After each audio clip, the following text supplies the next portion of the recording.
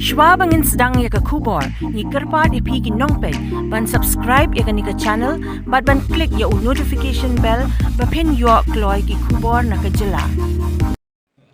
Tarik Naiwieng arajar arpuar, dkhot Jong ka Meghalaya SSA Schools Association, hapoh ke jingialam Prestone ke Synjuk Bah Aristotle Rymbai, ialeit ban iakynduh ya symbud myntri rangbah ke jylla, Bah Prestone Tynsong, ban Dawa na ke Sorkar, ban Pyllait Noh ke Tulop Kaba ke Jong ki Nonghikai.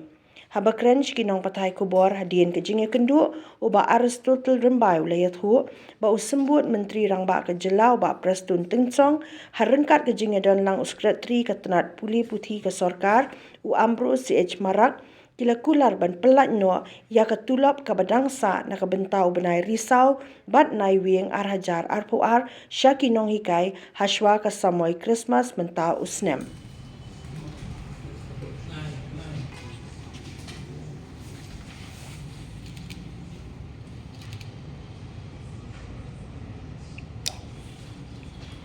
So discuss regarding to release our 2 months pending salary, that is for the month of October and November before Christmas.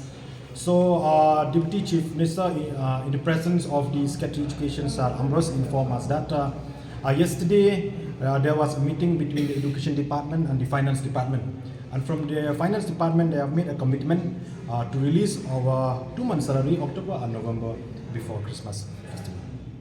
These two roughly? Roughly for 1 month, roughly it will be around 47-48 crores like that.